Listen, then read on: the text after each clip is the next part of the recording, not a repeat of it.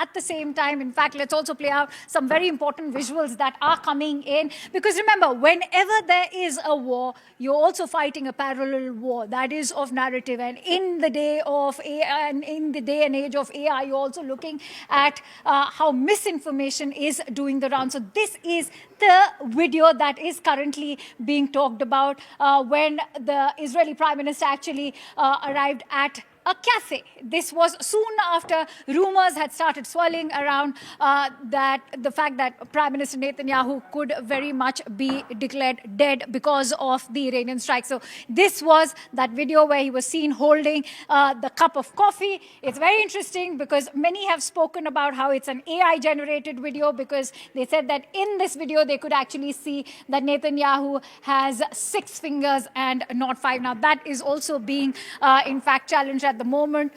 Israel, of course, maintaining that this is a misinformation war because this is indeed Netanyahu. Going to request my team to, in fact, share with us the other set of visuals. Another set of visuals now being challenged by Grok itself. Grok is saying that this is a fake video. They're saying it's an AI-generated video where he can be seen interacting over here. And remember, Israel is making conscious efforts to come out with these visuals because they are also rebutting claims that the Israeli Prime Minister has also been done away with. Israel maintaining that this is an authentic video. These are the latest visuals they brought for us. On that note, going to request my team to share more visuals. And in fact, this is an image that has been put out in the latest by the Prime Minister's office. This is, in fact, to Netanyahu's right. You can see he's the IDF chief.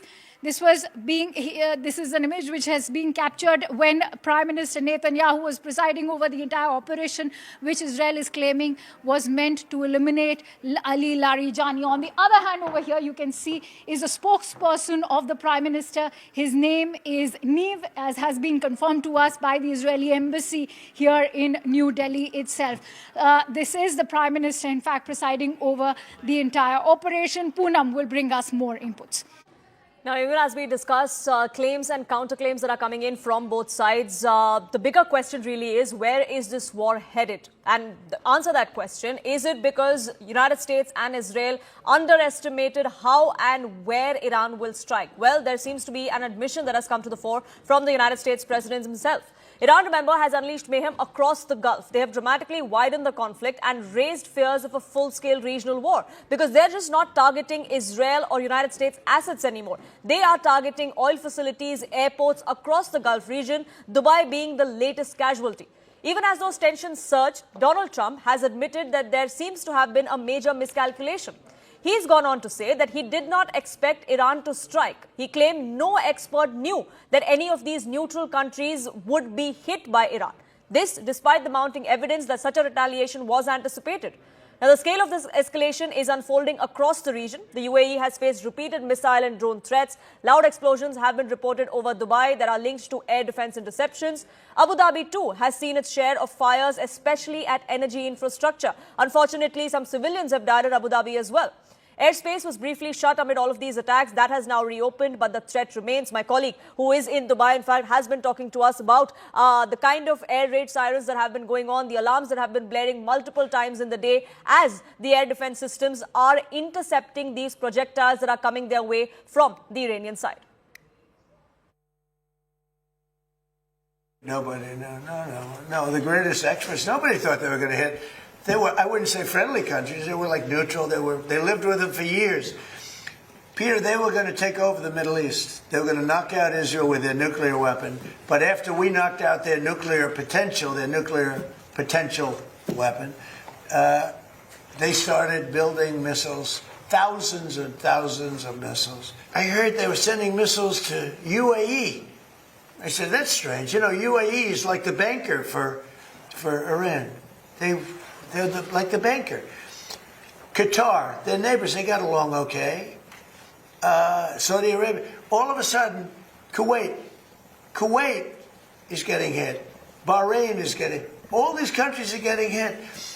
There was no expert that would say that was going to happen. It's not a question of like, gee, should you have known? And if we did know, big deal. I mean, we have to do what we have to do. We have to do what we have to do, said Donald Trump, but he also did say that we didn't expect that any of these Gulf countries would be hit. He even went on to say that no expert had warned him, but that claim has been countered, that claim has been fact-checked as well, and we'll put out those details. But why is it exactly that we are seeing these Gulf nations being in the epicenter of this wider conflict? There is a reason for that. All of these countries, remember, are key assets of, house key assets of the United States. They have been standing with Israel and the United States as far as this particular conflict goes, which is why they're at the receiving end. UAE specifically, it's a key US defense partner, and this has been going on for their partnership has been strengthened only in 2024. But the fact that they have been giving leverage to ties with the United States, that's something that Iran seems to be targeting them for. Trump has visited the UAE during his second term as the president as well. That seems to have irked Tehran. That is why UAE specifically has been a target. There are at least 3,500 US and French troops that are based in the Al Dhafra base, which is why there is reason for Iran to believe that US assets will be hit if they strike the United Arab Emirates, which is why we're seeing these kind of strikes that have taken place. The UAE also serves as a strategic hub for air operations. Their airspace has been used on multiple occasions. That is something that Iran is trying to now use as well. Regional security ties between the US and UAE have only deepened in the recent past, and that clearly is irking Tehran, which is why they are targeting not just US bases and US assets in the region, but also UAE specifically. And that seems to be the biggest problem here, which is why all of these Gulf countries are caught in the midst of this conflict, a war that they didn't ask for, a war that they didn't start, but unfortunately have been dragged in. Arunima, my colleague, in fact, is reporting from Dubai, getting us more details of what exactly has been transpiring. And Arunima, since this morning, you've been telling us how there have been sirens that have been going out. There have been alerts that are coming in on cell phones about going to safety. Unfortunately, that seems to have been routine even in Dubai now, isn't it? Yes, the only good thing, mercifully, is that at least in the daytime, there is so far. We're keeping our fingers crossed. But in the daytime, there is nothing to disrupt people's life. It's mostly happening late at night, leading up to early morning. Here, because of the month of Ramzan, people are in any case in a vacation mode. Eid is just around the corner. Schools are shut. So as far as disruption of life is concerned, at least the daytime life is not disrupted.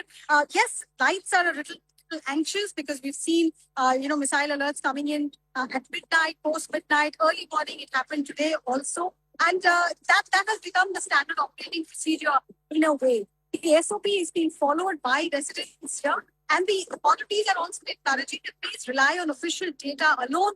Do not go by rumors, do not try and shoot projectiles or debris and share them further, because that will only lead to a sense of panic getting aggravated. So those SOPs getting followed so far. But like I said, the biggest festival in the Gulf countries, Eid, is just around the corner. Will life continue to be the same?